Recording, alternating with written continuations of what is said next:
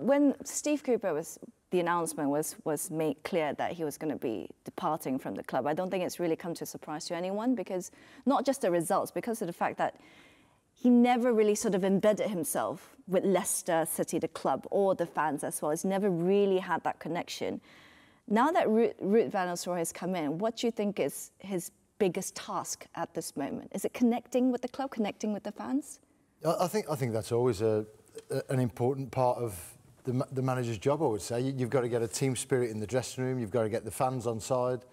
I think you've got to explain to the fans and the players and have a clear message of what your role is and what your sort of philosophy is, and get everybody behind. You know, the fans are so important to you, especially home games, and your home games are the sort of crux and Sunday dinner of your season. You know, you have to build on your home form, and Leicester's a tight little ground. It can be quite intimidating when you go there when they're at full pump. So I'm sure he's going to get a team spirit inside the dressing room, and then get the fans involved and build from that. Do you think he is the right appointment? Because this is a different challenge altogether. It's not the Dutch League. It's not as an interim manager. This is a full-on relegation battle in the Premier League with a newly promoted club, albeit they came back up on the first try.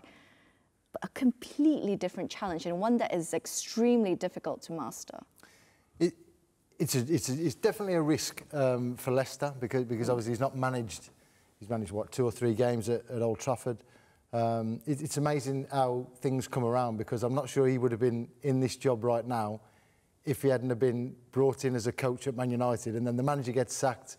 He does a manager's job for 3 games, then all of a sudden he's got a Premier League job. It's amazing how these things happen and come around so quickly.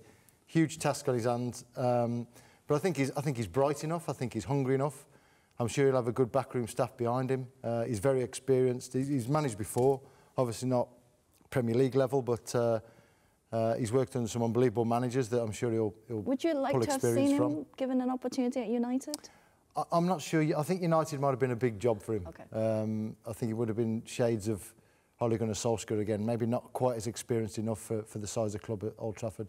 Maybe he'll get the next job when this manager gets sacked from Old Trafford in about 18 months' time again. Already expecting, Sharpie, already expecting the worst. But I think he'll do a job there. I think his experience and his knowledge of the game will be really valuable to Leicester. Just how difficult, Kit, just paint a picture, just how difficult is that relegation battle from a coach's perspective? Yeah, very difficult. I mean, you're going down, I mean, we're talking about why Steve Cooper never settled. I mean, coming from Forest sort of went against him for starters, you know. He had to get off to a good start to get those fans behind him.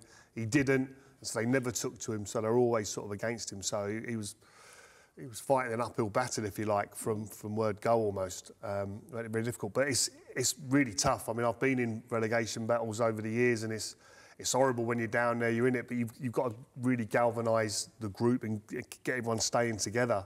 So that'd be important now. Ruud coming in, as you said earlier on, but maybe getting the fans really connecting again. I think that will be important, but I think he'll be able to do it. Do you think he's a perfect fit then?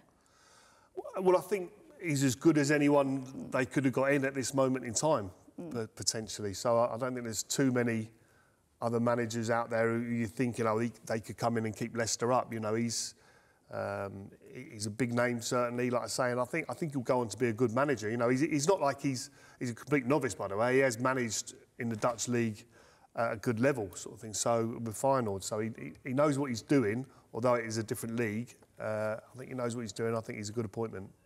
But it's a different kettle of fish, really, Gary, isn't it?